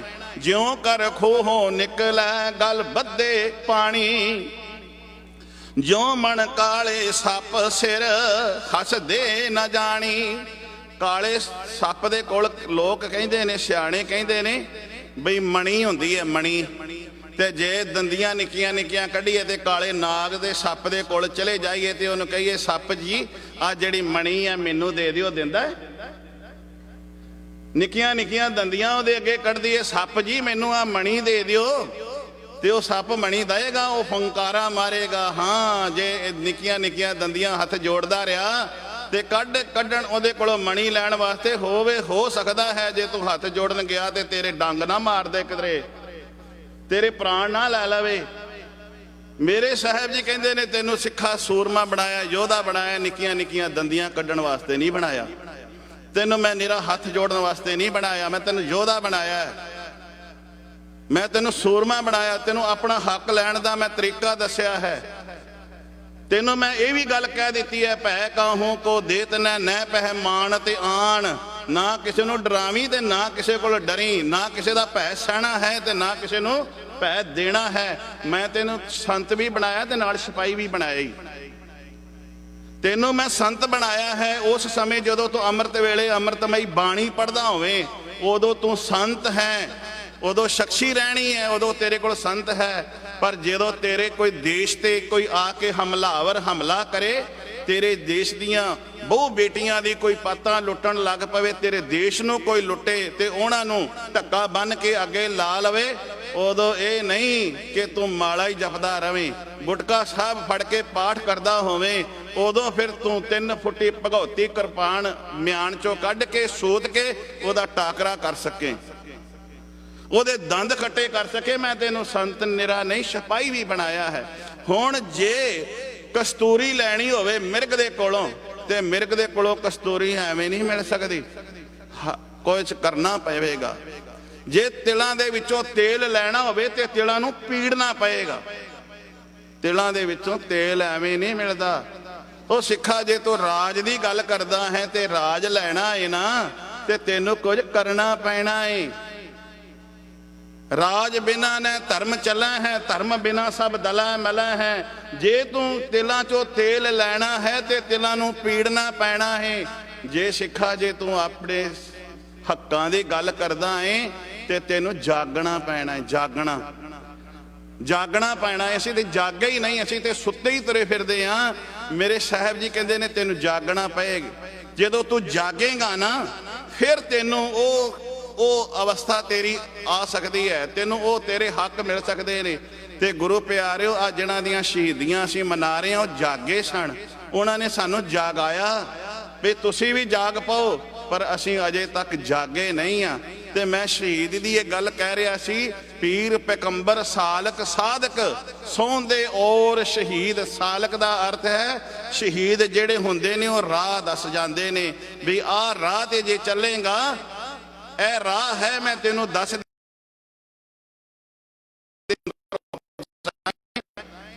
ਪਰ ਜੇ ਤੂੰ ਇਹਨਾਂ ਦੇ ਵਿੱਚ ਮਿਲ ਕੇ ਐਵੇਂ ਜਿਹਾ ਹੋ ਕੇ ਰਹਿਣਾ ਹੈ ਤੇ ਫਿਰ ਤੈਨੂੰ ਕੋਈ ਪਰਵਾਹ ਨਹੀਂ, ਤੈਨੂੰ ਕੋਈ ਮੌਤ ਨਹੀਂ ਆ ਸਕਦੀ, ਤੈਨੂੰ ਕੋਈ ਮਾਰ ਵੀ ਨਹੀਂ ਸਕਦਾ। ਕਿਉਂਕਿ ਜੇ ਸ਼ੇਰ ਬੱਕਰੀਆਂ ਦੇ ਵਿੱਚ ਰਹਿ ਕੇ ਬੱਕਰੀਆਂ ਵਰਗਾ ਹੋ ਕੇ ਆਪਣਾ ਜੀਵਨ ਬਤੀਤ ਕਰਨਾ ਸ਼ੁਰੂ ਕਰ ਦੇਵੇ, ਫਿਰ ਤੇ ਕੋਈ ਗੱਲ ਹੀ ਨਹੀਂ ਹੈ। ਜੇ ਆਪਣੀ ਗੈਰ ਤੇ ਆਪਣੀ ਅਣਖ ਮਾਰ ਕੇ ਉਹ ਜੀਵਣਾ ਉਸ ਤਰ੍ਹਾਂ ਦਾ ਸ਼ੁਰੂ ਕਰ ਦੇਵੇ, ਫਿਰ ਨੋ ਪ੍ਰੋਬਲਮ। ਫਿਰ ਬੱਕਰੀਆਂ ਵਿੱਚ ਭਾਵੇਂ ਸ਼ੇਰ ਵੀ ਤੁਰਿਆ ਫਿਰੇ, ਫਿਰ ਉਹਦੇ ਵਿੱਚ ਕੋਈ ਪ੍ਰੋਬਲਮ ਨਹੀਂ ਹੈ। ਪਰ ਜੇ ਤੂੰ ਗੈਰਤ ਨਾਲ ਜੀਣਾ ਹੈ, ਜੇ ਤੂੰ ਅਣਖ ਨਾਲ ਜੀਣਾ ਹੈ, ਜੇ ਤੂੰ ਆਪਣੇ ਆਪ ਨੂੰ ਸਿੰਘ ਖਵਾਉਣਾ ਹੈ, ਗੈਰਤ ਨਾਲ ਜੀਣਾ ਚਾਹਣਾ ਹੈ, ਫਿਰ ਤੈਨੂੰ ਆਪਣੀ ਜਿਹੜੀ ਭਵਕ ਹੈ ਨਾ ਸ਼ੇਰ ਵਾਲੀ, ਉਹ ਰੱਖਣੀ ਪਏਗੀ। ਉਹ ਛੱਡ ਦਿੱਤੀ ਤੇ ਕਹਾਣੀ ਤੇਰੇ 'ਚ ਗਲ 'ਚ ਰੱਸੀ ਤੇਰੇ ਵੀ ਪਾ ਲੈਣੀ। ਜਿਵੇਂ ਬੱਕਰੀ ਦੇ ਗਲ ਤੋਂ ਰੱਸੀ ਪਾ ਕੇ ਜਾਂ ਉਹਦੇ ਕੰਨ ਤੋਂ ਫੜ ਕੇ ਜਿੱਥੇ ਮਰਜ਼ੀ ਬੰਨ੍ਹ ਲਿਆ ਜਾਏਗਾ, ਜੇ ਉਹਨੇ ਭਵਕ ਛੱਡ ਦਿੱਤੀ, ਸ਼ੇਰ ਵਾਲੀ ਉਹਨੇ ਛੱਡ ਦਿੱਤੀ, ਧਾੜ ਛੱਡ ਦਿੱਤੀ, ਤੇ ਕੋਈ ਵੀ ਗਲ 'ਚ ਤੇਰੇ ਆ ਕੇ ਰੱਸੀ ਪਾ ਲਏਗਾ। ਮੇਰੇ ਸਾਹਿਬ ਜੀ ਕਹਿੰਦੇ ਨੇ ਸਿੱਖਾ ਤੈਨੂੰ ਸ਼ੇਰ ਬਣਾਇਆ, ਤੈਨੂੰ ਸਿੰਘ ਬਣਾਇਆ, ਪਰ ਅੱਜ ਦੇ ਸਿੰਘ ਮੈਂ ਇੱਕ ਮੈਸੇਜ ਛੱਡਣਾ ਚਾਹੁੰਦਾ ਵਾਂ। ਅੱਜ ਮੇਰੇ ਵੀਰ ਜਿਹੜੇ ਨੇ ਖਰੇ ਕਿਉਂ ਸਿੰਘ ਨਾਮ ਤੋਂ ਡਰਦੇ ਨੇ? ਨਾਮ ਨਾਲ ਹੀ ਸਿੰਘ ਲਾ ਕੇ ਰਾਜੀ ਨਹੀਂ ਹੈਗੇ, ਨਾਮ ਨਾਲ ਸਿੰਘ ਸ਼ਬਦ ਲਾ ਕੇ ਰਾਜੀ ਨਹੀਂ ਆ। ਮਨਾਉਂਦੇ ਪਏ ਅਸੀਂ ਸ਼ਹੀਦਾਂ ਦੀਆਂ ਯਾਦਾਂ, ਆਪਣੇ ਨਾਮ ਦੇ ਨਾਲ। ਉਹਨਾਂ ਦੇ ਵੇਖੋ, ਉਹਨਾਂ ਨੇ ਆਪਣਾ ਘਰ ਛੱਡਤਾ, ਪਰਿਵਾਰ ਛੱਡ ਦਿੱਤਾ, ਜੰਗਲਾਂ ਦੇ ਵਿੱਚ ਰਹਿਣਾ ਸ਼ੁਰੂ ਕਰ ਦਿੱਤਾ। ਉਹਨਾਂ ਨੇ ਇਹ ਨਹੀਂ ਵੇਖਿਆ ਪਿੱਛੇ ਮੇਰੀ ਮਾਂ ਹੈ, ਪਿੱਛੇ ਮੇਰੀ ਭੈਣ ਹੈ, ਪਿੱਛੇ ਮੇਰੇ ਕੋਈ ਪਰਿਵਾਰ ਦੇ ਬਜ਼ੁਰਗ ਮੈਂਬਰ ਨੇ, ਉਹਨਾਂ ਦਾ ਹਾਲ ਕੀ ਹੋਵੇਗਾ। ਉਹਨਾਂ ਨੇ ਰੱਬ ਆਸਰੇ ਛੱਡ ਕੇ ਇੱਕ ਧਰਮ ਯੁੱਧ ਦੇ ਲਈ ਸਿਰ ਦੇਣ ਲਈ ਤਿਆਰ ਹੋ ਗਏ। ਪਰ ਗੁਰੂ ਪਿਆਰਿਓ, ਗੁਰੂ ਸਵਾਰਿਓ, ਅੱਜ ਆਪਾਂ ਕਿੱਥੇ ਖਲੋਤੇ ਹੋਏ ਆ? ਅੱਜ ਆਪਾਂ ਬੰਦ ਕਟਾਉਣ ਦੀ ਗੱਲ ਕਰਦੇ ਆ, ਖੋਪੜੀ ਲਵਾਉਣ ਦੀ ਗੱਲ ਕਰੇ ਆ, ਆਰਿਆਂ ਨਾਲ ਚੀਰਨ ਦੀ ਗੱਲ ਕਰਦੇ ਆ, ਸ਼ਹਾਦਤਾਂ ਦੀ ਗੱਲ ਕਰਦੇ ਆ, ਸ਼ਹੀਦੀਆਂ ਦੀ ਗੱਲ ਕਰਦੇ ਆ, ਤੇ ਆਪਾਂ ਇਹ ਵੇਖਣਾ ਹੈ ਆਪਾਂ ਆਪ ਕਿੱਥੇ ਖਲੋਤੇ ਹੋਏ। ਇੱਕ ਮੈਂ ਮੈਸੇਜ ਇਹ ਦਿਆਂਗਾ, ਜੇ ਸ਼ਹੀਦਾਂ ਦੀ ਗੱਲ ਨਿਰੇ ਅੱਜ ਅਸੀਂ ਸ਼ਸਤਰ ਚੁੱਕਣ ਦੀ ਨਿਰੀ ਗੱਲ ਨਹੀਂ ਹੈ। ਜਿਹੜੇ ਅੱਜ ਸਾਡੇ ਸਟੂਡੈਂਟ, ਨਿਊ ਜਨਰੇਸ਼ਨ ਜਿਹੜੇ ਬੱਚੇ ਨੇ, ਮੈਂ ਉਹਨਾਂ ਨੂੰ ਚਰਨਾਂ 'ਚ ਹੱਥ ਜੋੜ ਕੇ ਬੇਨਤੀ ਕਰਦਾ ਕਿ ਉਹ ਪੜ੍ਹਨ, ਉਹ ਸਮਝਣ ਕਿ ਗੁਰੂ ਨਾਨਕ ਦੀ ਜਿਹੜੀ ਬਾਣੀ ਹੈ ਇਸ ਦਾ ਪ੍ਰਚਾਰ ਘਰ ਘਰ ਤੱਕ ਕਰਨ। ਬਈ ਅਸੀਂ ਹੈ ਕੀ ਆ, ਰੱਬ ਨੇ ਸਾਨੂੰ ਬਣਾਇਆ ਕੀ ਹੈ। ਸਾਨੂੰ ਤੇ ਅਰਦਾਸ ਦੇ ਵਿੱਚ ਅਸੀਂ ਰੋਜ਼ ਕਹਿੰਦੇ ਆ, ਨਾਨਕ ਨਾਮ ਚੜ੍ਹਦੀ ਕਲਾ, ਤੇਰੇ ਭਾਣੇ ਸਰਬੱਤ ਦਾ ਭਲਾ। ਸਾਨੂੰ ਇਸ ਅੱਖ ਨਾਲ ਨਾ ਵੇਖਿਆ ਜਾਏ ਇਹ ਪੱਖਵਾਦੀ ਨੇ, ਇਹ ਵੱਖਵਾਦੀ ਨੇ, ਇਹ ਅੱਤਵਾਦੀ ਨੇ, ਇਹ ਨਾ ਵੇਖਿਆ ਜਾਏ। ਅਸੀਂ ਤੇ ਰੋਜ਼ ਕਹਿੰਦੇ ਆ, ਨਾਨਕ ਨਾਮ ਚੜ੍ਹਦੀ ਕਲਾ, ਤੇਰੇ ਭਾਣੇ ਸਰਬੱਤ ਦਾ ਭਲਾ। ਅਸੀਂ ਤੇ ਵਾਤਾਵਰਣ ਦਾ ਵੀ ਭਲਾ ਮਨਾਉਂਦੇ ਆ। ਅਸੀਂ ਤੇ ਕੋਈ ਭੀੜ ਸੰਸਾਰ ਤੇ ਆ ਪਵੇ ਤੇ ਥਾਂ ਥਾਂ ਤੇ ਜਾ ਕੇ ਲੰਗਰ ਲਾ ਦਿੰਦੇ ਆ, ਪਰ ਲੰਗਰ ਲਾਉਣ ਵਾਲਿਆਂ ਨੂੰ ਇਹ ਨਾ ਹੋਵੇ ਵੀ ਉਹਨਾਂ ਦੇ ਸਿਰ ਦੀਆਂ ਖੋਪੜੀਆਂ ਲਾ ਦਿੱਤੀਆਂ ਜਾਣ। ਅੱਜ ਸਾਨੂੰ ਇਹ ਮੈਸੇਜ ਦੇਣ ਦੀ ਲੋੜ ਹੈ। ਭਾਈ ਤਾਰੂ ਸਿੰਘ ਦੀ ਜੇ ਅਸੀਂ ਗੱਲ ਕਰਦੇ ਹਾਂ, ਭਾਈ ਤਾਰੂ ਸਿੰਘ ਦਾ ਕੋਈ ਗੁਨਾਹ ਨਹੀਂ ਸੀ। ਭਾਈ ਤਾਰੂ ਸਿੰਘ ਕੀ ਕਰਦੇ ਨੇ? ਰਾਹਗੀਰ ਮੁਸਾਫਰ ਆਇਆ ਹੋਇਆ ਲੋਕਾਂ ਨੂੰ ਘਰ ਦੇ ਵਿੱਚ ਰਹਿਣ ਲਈ ਰਾਤ ਨੂੰ ਥਾਂ ਦੇ ਦਿੰਦੇ ਨੇ। ਇੱਕ ਤੇ ਉਸ ਦੀ ਆਓ ਭਗਤ ਕਰਦੇ ਨੇ, ਉਹਨਾਂ ਨੂੰ ਲੰਗਰ ਛਕਾਉਂਦੇ ਨੇ। ਦੂਸਰਾ, ਜਿਹੜੇ ਨਿਆਂ ਦੀ ਆਜ਼ਾਦੀ ਦੀ ਗੱਲ ਕਰਦੇ ਸਨ, ਜੰਗਲਾਂ ਦੇ ਵਿੱਚ ਰਹਿੰਦੇ ਸਨ।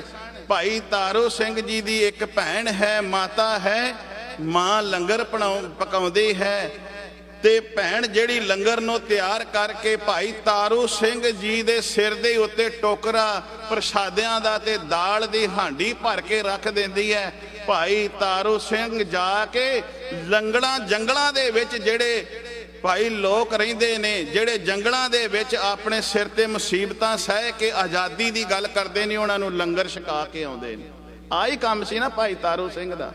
ਆਪ ਰਾਤ ਸਾਰੀ ਮੁੱਢ ਦਾ ਸੇਕ ਕੇ ਠੰਡ ਆਪਣੀ ਦੂਰ ਕਰਦੇ, ਤੇ ਜੇ ਕਿਤੇ ਮੋਟਾ ਕੱਪੜਾ ਕੋਈ ਘਰ ਵਿੱਚ ਬਿਸਤਰ ਹੁੰਦਾ ਏ ਤੇ ਉਹ ਜਾ ਕੇ ਸਿੰਘਾਂ ਤੱਕ ਪਹੁੰਚਾ ਆਉਂਦੇ ਨੇ। ਭਾਈ ਤਾਰੂ ਸਿੰਘ ਇਹ ਕਰਦੇ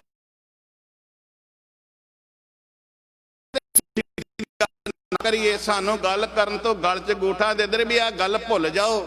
84 ਤੁਸੀਂ ਯਾਦ ਨਾ ਕਰੋ, ਇਸ ਗੱਲਾਂ ਨੂੰ ਹੁਣ ਵਿਸਾਰ ਦਿਓ। ਅੱਜ ਕਿੰਨੇ ਸਾਲ ਹੋ ਗਏ ਨੇ, ਤੇ ਮੈਂ ਕਹਿੰਦਾ ਜੇ ਤੁਸੀਂ 84 ਦੀ ਗੱਲ ਨੂੰ ਵਿਸਾਰ ਦਿਓ ਤੇ ਫਿਰ ਭਾਈ ਤਾਰੂ ਸਿੰਘ ਨੂੰ ਵੀ ਭੁਲਾ ਦਿਓ, ਫਿਰ ਭਾਈ ਮਤੀ ਦਾਸ ਨੂੰ ਵੀ ਭੁਲਾ ਦਿਓ, ਫਿਰ ਜੋ ਅਰਦਾਸ ਦੇ ਵਿੱਚ ਅਸੀਂ ਸ਼ਬਦ ਇਹ ਰੋਜ਼ ਕਹਿੰਦੇ ਆ ਇਹ ਵੀ ਨਾ ਕਹੋ। ਨਹੀਂ ਭਾਈ, ਸਾਨੂੰ ਇਹ ਯਾਦ ਵਾਰ-ਵਾਰ ਇਸ ਕਰਕੇ ਕਰਨੇ ਔਰ ਕਰਾਉਣੇ, ਚੇਤੇ ਵਿੱਚ ਚੇਤਾ ਰੱਖਣਾ ਚਾਹੀਦਾ ਹੈ ਵੀ ਆਉਣ ਵਾਲਾ ਕਰੇ ਸਮਾਂ ਫਿਰ ਸਾਡੇ ਤੇ ਉਹ ਨਾ ਆ ਜਾਏ। ਆਉਣ ਵਾਲਾ ਸਾਨੂੰ ਵਾਰ-ਵਾਰ ਇਹ ਹਲੂਣਾ ਦਿੱਤਾ ਜਾਂਦਾ ਹੈ, ਵਾਰ-ਵਾਰ ਜਗਾਇਆ ਜਾਂਦਾ ਹੈ। ਭਾਈ ਤਾਰੂ ਸਿੰਘ ਦਾ ਕੰਮ ਇੰਨਾ ਹੀ ਸੀ ਕਿ ਲੰਗਰ ਪਕਾਉਣਾ, ਮਾਤਾ ਨੇ ਤੇ ਆਪ ਤਿਆਰ ਕਰਕੇ ਜੰਗਲਾਂ ਦੇ ਵਿੱਚ ਪਹੁੰਚਾ ਆਉਣਾ। ਭਾਈ ਤਾਰੂ ਸਿੰਘ ਨੂੰ ਕਿਉਂ ਉਹਨਾਂ ਦੇ ਖੋਪੜੀ ਲਾ ਦਿੱਤੀ ਗਈ? ਜਾਫਰ ਬੇਗ ਪੱਟੀ ਦੇ ਰਹਿਣ ਵਾਲਾ ਹੈ, ਧਿਆਨ ਦਿਆ ਜੇ। ਜਾਫਰ ਬੇਗ ਪੱਟੀ ਦੇ ਰਹਿਣ ਵਾਲਾ ਹੈ, ਤੇ ਪੱਟੀ ਦੇ ਹੀ ਰਹਿਣ ਵਾਲਾ ਇੱਕ ਰਹੀਮ ਬਖਸ਼ ਹੈ। ਜਾਫਰ ਬੇਗ ਵੀ ਮੁਸਲਮਾਨ ਹੈ, ਰਹੀਮ ਬਖਸ਼ ਵੀ ਜਿਹੜਾ ਹੈ ਮਾਸ਼ੀ ਉਹ ਵੀ ਮੁਸਲਮਾਨ ਹੈ। ਮਾਛੀ ਜਿਹੜਾ ਹੈ ਨਾ ਮਸ਼ਕ ਲੈ ਕੇ ਪਾਣੀ ਘਰ ਘਰ ਧੋਂਦਾ ਸੀ, ਪਾਣੀ ਪਿਲਾਉਂਦਾ ਸੀ। ਹੁਣ ਅੱਜ ਤੇ ਸਾਡੇ ਕੋਲ ਬੜੇ ਤਰੀਕੇ ਦੇ ਇੰਤਜ਼ਾਮ ਨੇ ਨਾ, ਪਾਣੀ ਦੀਆਂ ਟੂਟੀਆਂ ਲੱਗੀਆਂ ਨੇ। ਉਹਨਾਂ ਥਮਾਂ 'ਚ ਖੂਹਾਂ ਤੋਂ ਪਾਣੀ ਲਿਆਉਣਾ, ਪਾਣੀ ਭਰ ਕੇ ਲੋਕਾਂ ਦੇ ਘਰਾਂ ਤੱਕ ਪਹੁੰਚਾਉਣਾ। ਤੇ ਜਿਹੜਾ ਜ਼ਾਫਰ ਬੇਗ ਹੈ ਉਸ ਪੱਟੀ ਦਾ ਹੁਕਮਰਾਨ ਹਾਕਮ ਇੱਕ ਆਪ ਮੁਸਲਮਾਨ ਤੇ ਮੁਸਲਮਾਨ ਦੇ ਬੱਚੇ ਜਿਹੜੀ ਹੈ ਨਾ 9 ਵਾਹਿਗੁਰੂ 16 ਸਾਲਾਂ ਦੀ ਇਸ ਬੱਚੀ ਸੀ ਜਿਹਦਾ ਨਾਂ ਸਲਮਾ ਹੈ। ਰਹੀਮ ਬਖਸ਼ ਦੀ ਧੀ ਨੂੰ ਚੁੱਕ ਕੇ ਆਪਣੇ ਹਰਮਾਂ ਵਿੱਚ ਲੈ ਗਿਆ, ਕਹਿੰਦਾ ਮੈਂ ਆਪਣੀ ਬੇਗਮ ਬਣਾਉਣੀ ਹੈ। ਮੁਸਲਮਾਨ ਦੀ ਧੀ ਨੂੰ ਲੈ ਗਿਆ। ਭਾਈ ਤਾਰੂ ਸਿੰਘ ਤੈਨੂੰ ਕੀ ਲੱਗੇ, ਤੈਨੂੰ ਕੀ ਲੱਗੇ? ਅੱਜ ਅਸੀਂ ਕਹਿ ਦਿੰਦੇ ਹਾਂ ਸਾਨੂੰ ਕੀ ਲੱਗੇ। ਭਾਈ ਤਾਰੂ ਸਿੰਘ ਜਦੋਂ ਇਹ ਪਤਾ ਲੱਗਾ ਕਿ ਜਾਫਰ ਬੇਗ ਚੁੱਕ ਕੇ ਲੈ ਗਿਆ ਹੈ ਪੱਟੀ ਦਾ, ਤੇ ਜਿਹੜਾ ਰਹੀਮ ਬਖਸ਼ ਹੈ ਉਹ ਜਾਫਰ ਬੇਗ ਕੋਲ ਜਾ ਕੇ ਗਿੜਗੜਾਇਆ। ਉਹਨੇ ਤਰਲੇ ਲਏ, ਜਾਫਰ ਬੇਗ ਮੇਰੀ ਧੀ 16 ਸਾਲਾਂ ਦੀ ਹੈ, ਵਾਪਸ ਮੋੜ ਦੇ, ਮੇਰੀ ਇੱਜ਼ਤ ਮੇਰੇ ਘਰ ਮੋੜ ਦੇ। ਤਰਲੇ ਲਏ। ਜਾਫਰ ਬੇਗ ਨੇ ਧੱਕੇ ਮਾਰ ਦਿੱਤੇ। ਖਾਨ ਬਹਾਦਰ ਜ਼ਕਰੀਆ ਖਾਨ ਦੇ ਦਰਬਾਰ ਵਿੱਚ, ਭਰੇ ਦਰਬਾਰ ਦੇ ਵਿੱਚ ਲਾਹੌਰ ਜਾ ਕੇ ਪਹੁੰਚਿਆ। ਉੱਥੇ ਜਾ ਕੇ ਗਿੜਗੜਾਇਆ ਮੇਰੀ ਧੀ ਵਾਪਸ ਮੜਵਾ ਦਿਓ। ਖਾਨ ਬਹਾਦਰ ਜ਼ਕਰੀਆ ਖਾਨ ਕਹਿਣ ਲੱਗਾ ਕੌਣ ਚੁੱਕ ਕੇ ਲੈ ਗਿਆ? ਕਹਿੰਦਾ ਤੁਹਾਡਾ ਹੀ ਜਿਹੜਾ ਮੁਸਬਦਾਰ ਹੈ, ਤੁਹਾਡਾ ਜਿਹੜਾ ਜਰਨੈਲ ਹੈ ਪੱਟੀ ਦਾ, ਉਹ ਲੈ ਗਿਆ, ਚੁੱਪ ਕਰ ਗਿਆ। ਕਹਿੰਦਾ ਕੋਈ ਗੱਲ ਨਹੀਂ। ਜਦੋਂ ਚੁੱਪ ਕਰ ਗਿਆ ਫਿਰ ਵਾਪਸ ਮੁੜ ਰਿਹਾ ਹੈ। ਭਿੱਖੀ ਵਿੰਡ, ਲਾਹੌਰ ਤੋਂ ਭਿੱਖੀ ਵਿੰਡ ਆਇਆ। ਭਿੱਖੀ ਵਿੰਡ ਤੋਂ ਅੱਗੇ ਪੂਲਾ ਪੈਂਦਾ ਹੈ ਤੇ ਰਾਤ ਪੈ ਗਈ। ਤੇ ਜਦੋਂ ਪੂਲੇ ਦੇ ਨੇੜੇ ਆਇਆ ਹੈ ਨਾ ਰਹੀਮ ਬਖਸ਼, ਤੇ ਇੱਥੇ ਕਿਸੇ ਨੂੰ ਹਿੰਦੂ ਵੀਰ ਨੂੰ ਪੁੱਛਦਾ ਹੈ, ਕਹਿੰਦਾ ਵੀ ਇੱਥੇ ਕੋਈ ਹੈ ਮੈਨੂੰ ਰਾਤ ਰੱਖ ਲਵੇ। ਅੱਜ ਵੀ ਸਾਡੇ ਨੌਜਵਾਨਾਂ ਦੀ ਪਛਾਣ ਵੇਖਿਆ ਜੇ ਕਿਹੋ ਜੀ ਹੈ। ਇੱਕ ਹਿੰਦੂ ਵੀਰ ਕਹਿੰਦਾ ਹੈ ਰਹੀਮ ਬਖਸ਼ ਇੱਥੇ ਤੈਨੂੰ ਇਸ ਪਿੰਡ ਦੇ ਵਿੱਚ ਕੋਈ ਨਹੀਂ ਰੱਖ ਸਕਦਾ। ਕਿਆ ਕੋਈ ਨਹੀਂ ਰੱਖ ਸਕਦਾ? ਹਾਂ ਇੱਕ ਗੱਲ ਹੈ, ਇੱਕ ਰੱਖ ਸਕਦਾ ਹੈ। ਕੌਣ ਰੱਖ ਸਕਦਾ ਹੈ? ਇੱਕ 25 ਵਰਿਆਂ ਦਾ ਨੌਜਵਾਨ ਹੈ, ਉਹਦਾ ਨਾਂ ਹੈ ਭਾਈ ਤਾਰੂ ਸਿੰਘ। ਤੂੰ ਉਹਦੇ ਘਰ ਚਲੇ ਜਾ, ਤੈਨੂੰ ਰਾਤ ਨੂੰ ਉਹ ਰੱਖ ਲਏਗਾ, ਰਾਤ ਨੂੰ ਪ੍ਰਸ਼ਾਦਾ ਵੀ ਦੇਗਾ। ਭਾਈ ਤਾਰੂ ਸਿੰਘ ਦੇ ਘਰ ਚਲੇ ਗਿਆ ਰਹੀਮ ਬਖਸ਼।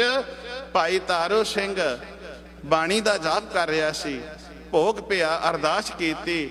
ਰਹੀਮ ਬਖਸ਼ ਨੂੰ ਪੁੱਛਿਆ, ਰਹੀਮ ਬਖਸ਼ ਤੇਰੇ ਚਿਹਰੇ ਤੇ ਜਲਾਲ ਨਹੀਂ ਹੈ, ਚੜ੍ਹਦੀ ਕਲਾ ਵਾਲਾ ਤੇਰਾ ਚਿਹਰਾ ਨਹੀਂ ਹੈ, ਕੋਈ ਤਕਲੀਫ ਹੈ, ਕੋਈ ਅੰਦਰ ਤੇਰੇ ਦਰਦ ਹੈ? ਜਿਹਨੂੰ ਦਰਦ ਸੁਣਾਉਣ ਗਿਆ ਸੀ ਉਹਨੇ ਦਰਦ ਸੁਣਿਆ ਨਹੀਂ, ਪਰ ਅੱਜ ਗੁਰੂ ਕਾ ਸਿੱਖ ਦਰਦ ਸੁਣਨ ਲੱਗਾ। ਕਹਿੰਦਾ ਦਰਦ ਦੱਸ। ਪਹਿਲਾਂ ਪ੍ਰਸ਼ਾਦਾ ਪਾਣੀ ਪੁੱਛਿਆ, ਪ੍ਰਸ਼ਾਦਾ ਪਾਣੀ ਛਕਾਉਂਦਿਆਂ ਨਾਲ ਉਹ ਦਰਦ ਜਿਹਨੂੰ ਦੱਸਣ ਗਿਆ ਸੀ ਉਹਨਾਂ ਸੁਣਿਆ ਨਹੀਂ। ਤੇ ਭਾਈ ਤਾਰੂ ਸਿੰਘ ਨੂੰ ਦਰਦ ਦੱਸਦਾ ਹੈ। ਭਾਈ ਤਾਰੂ ਸਿੰਘ ਮੇਰੀ 16 ਸਾਲਾਂ ਦੀ ਬੱਚੀ ਹੈ, ਜਿਹੜਾ ਰਹੀਮ ਬਖਸ਼ ਕਹਿੰਦਾ ਹੈ ਜਾਫਰ ਬੇਗ ਚੁੱਕ ਕੇ ਲੈ ਗਿਆ ਘਰੋਂ। ਮੈਂ ਗਿੜਗੜਾਇਆ, ਧੱਕੇ ਉਹਨੇ ਮਾਰੇ, ਮੈਨੂੰ ਬਾਹਰ ਕੱਢ ਦਿੱਤਾ ਆਪਣੇ ਮਹਿਲਾਂ ਚੋਂ। ਮੈਂ ਜ਼ਕਰੀਆ ਖਾਨ ਬਹਾਦਰ ਦੇ ਕੋਲ ਵੀ ਗਿਆ ਲਾਹੌਰ, ਉੱਥੇ ਵੀ ਵਾਪਸ ਮੁੜ ਆਇਆ, ਮੇਰੀ ਕਿਸੇ ਨੇ ਨਹੀਂ ਸੁਣੀ। ਭਾਈ ਤਾਰੂ ਸਿੰਘ ਕਹਿੰਦੇ ਨੇ ਜ਼ਕਰੀਆ ਖਾਨ ਨੇ ਵੀ ਨਹੀਂ ਸੁਣੀ, ਜਾਫਰ ਬੇਗ ਨੇ ਵੀ ਨਹੀਂ ਸੁਣੀ। ਗੁਰੂ ਨਾਨਕ ਤੇਰੀ ਜ਼ਰੂਰ ਸੁਣੇਗਾ। ਬਹਿ ਜਾ। ਲੰਗਰ ਛਕਾਇਆ। ਟੋਕਰਾ ਆਪ ਹੁਣ ਖਾਂਡੀ ਦਾਲ ਦੀ ਤੇ ਟੋਕਰਾ ਲੈ ਕੇ ਜਿਹੜੇ ਜੰਗਲ ਦੇ ਵਿੱਚ ਸਿੰਘ ਬੈਠੇ ਨੇ ਉਹਨਾਂ ਦੇ ਕੋਲ ਲੰਗਰ ਛਕਾਉਣ ਲਈ ਗਿਆ। ਅੱਗੋਂ ਸਿੰਘਾਂ ਨੇ ਕਿਹਾ ਭਾਈ ਤਾਰੂ ਸਿੰਘ ਅੱਜ ਸਮਾਂ ਕੁਝ ਲੇਟ ਹੋ ਗਏ ਹੋ, ਕੁਝ ਵੱਧ ਲੱਗ ਗਿਆ। ਕਹਿਣ ਲੱਗਾ ਭਾਈ ਤਾਰੂ ਸਿੰਘ ਆ ਇੱਕ ਰਹੀਮ ਬਖਸ਼ ਆਇਆ ਹੈ, ਇਸ ਕਰਕੇ ਮੈਨੂੰ ਵੱਧ ਸਮਾਂ ਲੱਗ ਗਿਆ। ਇਹਨੇ ਆਪਣੀ ਫਰਿਆਦ ਸੁਣਾਈ। ਕਹਿਣ ਲੱਗਾ ਕੀ ਫਰਿਆਦ ਸਿੰਘਾਂ ਨੇ ਕਹੀ? ਸਿੰਘਾਂ ਨੇ ਜਦੋਂ ਸੁਣਿਆ ਨਾ, ਕਹਿਣ ਲੱਗਾ ਇਹ ਫਰਿਆਦ ਇਹ ਹੈ ਕਿ ਜਾਫਰ ਬੇਗ ਇਹਦੀ ਧੀ ਨੂੰ ਚੁੱਕ ਕੇ ਲੈ ਗਿਆ। ਸਿੰਘ ਐਵੇਂ ਜੇ ਸਨ, ਉਹਨਾਂ ਨੇ ਕਿਹਾ ਭਾਈ ਤਾਰੂ ਸਿੰਘ ਹੁਣ ਪ੍ਰਸ਼ਾਦਾ ਬਾਅਦ ਵਿੱਚੋਂ ਛਕਾਂਗੇ, ਜਿਹੜਾ ਇਹ ਕਹਿ ਰਿਹਾ ਹੈ ਮੇਰੀ ਇੱਜ਼ਤ ਪੱਤ ਮੇਰੇ ਘਰ ਵਿੱਚ ਆਵੇ, ਪਹਿਲਾਂ ਇਹਦੀ ਧੀ ਇਹਦੀ ਇੱਜ਼ਤ ਇਹਦੇ ਘਰ ਪਹੁੰਚਾਵਾਂਗੇ, ਲੰਗਰ ਬਾਅਦ ਵਿੱਚ ਖਾਵਾਂਗੇ। ਭਾਈ ਤਾਰੂ ਸਿੰਘ ਆਹ ਕੁਝ ਕਰਦਾ ਸੀ। ਭਾਈ ਤਾਰੂ ਸਿੰਘ ਨੇ ਲੰਗਰ ਛਕਾਇਆ ਤੇ ਜਦੋਂ ਸਿੰਘਾਂ ਨੂੰ ਪਤਾ ਲੱਗਾ ਤੇ ਜਾ ਕੇ ਜਾਫਰ ਬੇਗ ਨੂੰ ਉਸ ਦੀ ਕੀਤੀ ਹੋਈ ਗੁਨਾਹ ਦੀ ਉਸ ਨੂੰ ਸਜ਼ਾਵਾਂ ਦੇ ਕੇ ਉਸ ਦੀ ਧੀ ਵਾਪਸ ਮੋੜ ਦਿੱਤੀ। ਸਿੱਖ ਨੇ ਇਹ ਨਹੀਂ ਵੇਖਿਆ ਮੁਸਲਮਾਨ ਹੀ ਚੁੱਕਣ ਵਾਲਾ ਹੈ ਤੇ ਮੁਸਲਮਾਨ ਦੀ ਧੀ ਹੈ। ਸਿੱਖਾ ਤੈਨੂੰ ਕੀ ਲੈਣਾ ਏ? ਸਿੱਖ ਕਿਸੇ ਦੀ ਇਹ ਨਹੀਂ ਵੇਖਦਾ ਵੀ ਕਿਸ ਬਰਾਦਰੀ ਦੀ ਹੈ, ਕਿਸ ਜਾਤ ਦੀ ਹੈ। ਸਿੱਖ ਹਮੇਸ਼ਾ ਕਹਿੰਦਾ ਕਿਹੜੀ ਵੀ ਕਿਸੇ ਦੀ ਵੀ ਇੱਜ਼ਤ ਲੁੱਟੀ ਜਾਂਦੀ ਹੈ, ਉਹ ਮੇਰੀ ਭੈਣ ਹੈ, ਉਹ ਮੇਰੀ ਮਾਂ ਹੈ, ਉਹ ਮੇਰਾ ਪਰਿਵਾਰ ਦਾ ਇੱਕ ਅੰਗ ਹੈ। ਇਹ ਹੈ ਸਿੱਖਾਂ ਦੀ ਕਹਾਣੀ, ਇਹ ਹੈ ਸਿੱਖਾਂ ਦਾ ਇਤਿਹਾਸ। ਤੇ ਗੁਰੂ ਪਿਆਰਿਓ, ਜਿਹਦੇ ਸਿੰਘ ਰਹਿੰਦੇ ਸਨ ਜੰਗਲਾਂ ਦੇ ਵਿੱਚ, ਉਹਨਾਂ ਨੇ ਸਾਡੇ ਉੱਤੋਂ ਸਾਰਾ ਕੁਝ ਵਾਰ ਦਿੱਤਾ ਹੈ। ਮੈਂ ਇੱਕ ਬੇਨਤੀ ਕਰਾਂਗਾ, ਜਿਹੜੀ ਅੱਜ ਨਿਊ ਜਨਰੇਸ਼ਨ ਹੈ, ਸ਼ਹੀਦਾਂ ਦਾ ਦਿਨ ਮਨਾਉਂਦੇ ਆ, ਇਹ ਕੰਨਾਂ 'ਚ ਅਸੀਂ ਮੁੰਦਰਾਂ ਪਾ ਲੈਂਦੇ ਆ, ਕੇਸ ਅਸੀਂ ਕੱਟ ਲੈਂਦੇ ਆ, ਉਂਝ ਗੱਡੀਆਂ ਤੇ ਮੋਟਰਸਾਈਕਲਾਂ ਦੇ ਉੱਤੇ ਅਸੀਂ ਝੰਡੇ ਵੀ ਲਾਏ ਹੁੰਦੇ ਨੇ, ਆਨੰਦਪੁਰ ਸਾਹਿਬ ਨੂੰ ਜਕਾਰੇ ਲਾਉਂਦੇ ਜਾਂਦੇ ਆ, ਪਰ ਕੇਸ ਅਸੀਂ ਉਹਨਾਂ ਕੇਸਾਂ ਦੀ ਬੇਅਦਬੀ ਕਰਨੇ ਆ। ਮੈਂ ਹੱਥ ਜੋੜ ਕੇ ਕਹਿਣਾ, ਜੇ ਉਹਨਾਂ ਸ਼ਹੀਦਾਂ ਦੀ ਯਾਦ ਵਿੱਚ ਆਏ ਹੋ, ਸ਼ਹੀਦਾਂ ਦੀ ਯਾਦ ਮਨਾਉਂਦੇ ਹੋ, ਤੇ ਗੁਰੂ ਪਿਆਰਿਓ, ਗੁਰੂ ਸਵਾਰਿਓ, ਕੇਸਾਂ ਦੀ ਬੇਅਦਬੀ ਨਾ ਕਰਿਆ ਕਰੋ। ਕਿਉਂਕਿ ਤੁਸੀਂ ਵੀ ਤੇ ਅਸੀਂ ਵੀ ਰੋਜ਼ ਅਰਦਾਸ ਵਿੱਚ ਕਹਿੰਦੇ ਆ, ਜਿਨ੍ਹਾਂ ਸਿੰਘਾਂ ਸਿੰਘਣੀਆਂ ਧਰਮ ਹੇਤ ਸੀਸ ਦਿੱਤੇ, ਬੰਦ ਬੰਦ ਕਟਾਏ, ਖੋਪਰੀਆਂ ਲੋਹਾਈਆਂ ਚਰਖੀਆਂ ਤੇ ਚੜੇ ਆਰਿਆਂ ਨਾਲ ਚਰਾਏ। ਧਰਮ ਨਹੀਂ ਆ ਰਿਹਾ, ਸਿੱਖੀ ਕੇਸਾਂ ਸਵਾਸਾਂ ਨਾਲ ਨਿਭਾਈ, ਤਿਨਾਂ ਦੀ ਕਮਾਈ ਦਾ ਧਿਆਨ ਧਰ ਕੇ। ਖਾਲਸਾ ਜੀ ਬੋਲੋ ਜੀ ਵਾਹਿਗੁਰੂ। ਤੇ ਕਿਉਂ ਨਾ ਆਪਾਂ ਵੀ ਕਹੀਏ ਸਤਿਗੁਰੂ ਜੀ, ਸਾਡੀ ਵੀ ਸਿੱਖੀ ਕੇਸਾਂ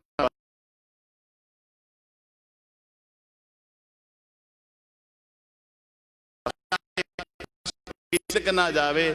ਜੇ ਸਾਡਾ ਸਿੱਖੀ ਸਦਕ ਬਰਕਰਾਰ ਰਹੇਗਾ ਤੇ ਫਿਰ ਅਸੀਂ ਜ਼ਰੂਰ ਗੁਰੂ ਦੀਆਂ ਖੁਸ਼ੀਆਂ ਦੇ ਪਾਤਰ ਬਣ ਜਾਵਾਂਗੇ।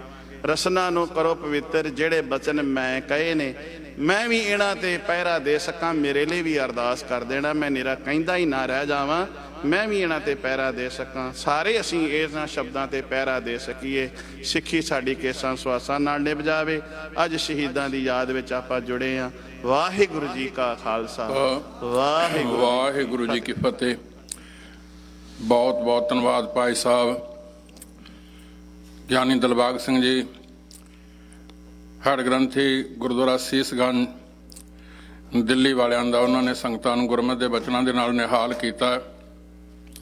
ਸਾਧ ਸੰਗਤ, ਆਪ ਸੰਗਤਾਂ ਗੁਰੂ ਚਰਨਾਂ ਵਿੱਚ ਗੁਰੂ ਜਸ ਦਾ ਆਨੰਦ ਪ੍ਰਾਪਤ ਕਰ ਰਹੇ ਹੋ, ਪਰ ਫਿਰ ਵੀ ਦੂਸਰੀ ਚੀਜ਼ ਜਿਹੜੀ ਆ ਉਹ ਯਾਦ ਰੱਖਣ ਵਾਲੀ ਹੈ ਕਿ ਅਸਾਂ 2 ਮੀਟਰ ਦੀ ਦੂਰੀ ਵੀ ਰੱਖਣੀ ਹੈ ਤੇ ਵੱਧ ਤੋਂ ਵੱਧ 15 ਤੋਂ 20 ਮਿੰਟ ਗੁਰੂ ਚਰਨਾਂ ਦੇ ਵਿੱਚ। ਇਹ ਵੱਖਰੀ ਗੱਲ ਹੈ ਕਿ ਅਸੀਂ ਅੱਗੇ ਨਾਲੋਂ ਇਹ ਗੱਲ ਨੂੰ ਅਵੇਸਲੇ ਜੇ ਕਰ ਦਿੱਤਾ, ਭੁੱਲ ਜੇ ਗਏ ਆ। ਪਹਿਲਾਂ ਸ਼ੁਰੂ ਵਿੱਚ ਕਰੋਨਾ ਸੀ, ਹੁਣ ਕੋਈ ਡਰ ਨਹੀਂ, ਇਹਦਾ ਡਰ ਹੈ ਨਹੀਂ, ਡਰ ਵੱਧ ਗਿਆ ਸਗੋਂ ਘਟਿਆ ਨਹੀਂ। ਉਹ ਇਹ ਆ ਕਿ ਜਦੋਂ ਗੱਡੀ ਚਲਾਉਣੀ ਸਿੱਖੀ ਦੀ ਹੈ ਨਾ, ਉਦੋਂ ਬੜਾ ਧਿਆਨ ਰੱਖੀਦਾ ਵੀ ਕਿਸੇ ਦੇ ਵਿੱਚ ਨਾ ਲੱਗ ਜਾਵੇ, ਕਿਤੇ ਪੁਲਿਸਿਆ ਨਾ ਦੇਖ ਲਵੇ। ਉਹ ਮੋਢਾ ਵੀ ਦੇਖਣਾ ਹੁੰਦਾ, ਹੱਥ ਵੀ ਦੋਵੇਂ ਸਟੀਅਰਿੰਗ ਦੇ ਉੱਤੇ ਰੱਖੇ ਹੁੰਦੇ ਨੇ। ਪਰ ਕਹਿ ਸਾਨੂੰ ਗੱਡੀ ਚਲਾਉਣੀ ਆ ਗਈ, ਫਿਰ ਘੱਟ ਹੀ 4-ਵੇ ਸਟਾਪ ਦਾ ਧਿਆਨ ਰੱਖਦੇ ਹਾਂ ਤੇ ਘੱਟ ਹੀ ਸਾਨੂੰ ਆਪਣਾ ਮੋਢਾ ਦੇਖਣ ਦੀ ਲੋੜ ਪੈਂਦੀ ਹੈ। ਫਿਰ ਸਪੀਡ ਵੀ ਤੁਹਾਨੂੰ ਜਿਹੜੇ ਸਾਈਨ ਲੱਗੇ ਨੇ ਉਹਨਾਂ ਦਾ ਘੱਟ ਖਿਆਲ ਕਰੀਦਾ ਵੀ ਠੀਕ ਹੈ, ਕੋਈ ਨਹੀਂ, ਸਟੀਅਰਿੰਗ ਸਾਡੇ ਹੱਥ ਹੈ, ਕੋਈ ਨਹੀਂ, ਕੰਟਰੋਲ ਕਰ ਲਾਂਗੇ। ਪਰ ਅਚਾਨਕ ਹੀ ਨਾ ਕਿਸੇ ਨੁੱਕਰ ਦੇ ਵਿੱਚੋਂ ਜਦੋਂ ਉਹ ਬੱਤੀਆਂ ਦੇ ਦਿੰਦੇ ਆ ਗੱਡੀ, ਤੇ ਫਿਰ ਉਹ ਇਹ ਕੀ ਹੋ ਗਿਆ। ਕਰੋਨਾ ਗਿਆ ਨਹੀਂ ਜੇ, ਉਹ ਤਾਂ ਕਿਤੇ ਨਾ ਕਿਸੇ ਕੋਨੇ ਦੇ ਵਿੱਚ ਲੁਕਿਆ ਹੋਇਆ ਹੈ ਤੇ ਕਿਸੇ ਵਕਤ ਵੀ ਕਿਸੇ ਦੇ ਉੱਤੇ ਉਹ ਆਪਣਾ ਹਮਲਾ ਕਰ ਸਕਦਾ। ਇਸ ਵਾਸਤੇ ਜਦੋਂ ਇੱਕ ਨੂੰ ਹੁੰਦਾ ਤੇ ਉਹ ਕਈਆਂ ਨੂੰ ਲਪੇਟ ਵਿੱਚ ਲੈ ਲੈਂਦਾ ਹੈ। ਅਵੇਸਲੇ ਨਾ ਹੋਵੋ, ਹੁਣ ਧਿਆਨ ਰੱਖਣ ਦੀ ਜ਼ਰੂਰਤ ਹੈ। ਜਿਵੇਂ ਜਿਵੇਂ ਹੁਣ BC ਦੇ ਕੇਸ ਵੱਧਦੇ ਨੇ ਨਾ, ਉਹਦੇ ਵਿੱਚ ਆਪਾਂ ਧਿਆਨ ਜ਼ਰੂਰੀ ਰੱਖਣਾ ਹੈ। ਆਉਣਾ ਜ਼ਰੂਰ ਹੈ ਗੁਰਦੁਆਰਾ ਸਾਹਿਬ, ਤੁਹਾਡੇ ਸਹਿਯੋਗ ਦੇ ਨਾਲ। ਤੁਸੀਂ ਸਹਿਯੋਗ ਦਿੰਦੇ ਹੋ ਤੇ ਸਾਧ ਸੰਗਤ ਆ ਗੁਰੂ ਕਾ ਲੰਗਰ ਘਰ ਘਰ ਜਿਹੜੇ ਸਟੂਡੈਂਟ ਨੇ ਨਾ, ਜਿਨ੍ਹਾਂ ਦੇ ਘਰ ਵਿੱਚ ਪਕਾਉਣ ਦਾ ਥਾਂ ਨਹੀਂ ਹੈ, ਜਿਨ੍ਹਾਂ ਕੋਲ ਸਾਧਨ ਨਹੀਂ ਹੈ, ਉਹ ਸਾਰਾ ਤੁਹਾਡੇ ਤੇ ਨਿਰਭਰ ਨੇ। ਉਹਨਾਂ ਵਾਸਤੇ ਲੰਗਰ ਤੁਸੀਂ ਚਲਾ ਰਹੇ ਹੋ। ਜਦੋਂ ਗੁਰਦੁਆਰਾ ਸਾਹਿਬ ਕੇ 10-10 11-11 ਅਖੰਡ ਪਾਠ ਹੁੰਦੇ ਸਨ, ਉਸ ਵਕਤ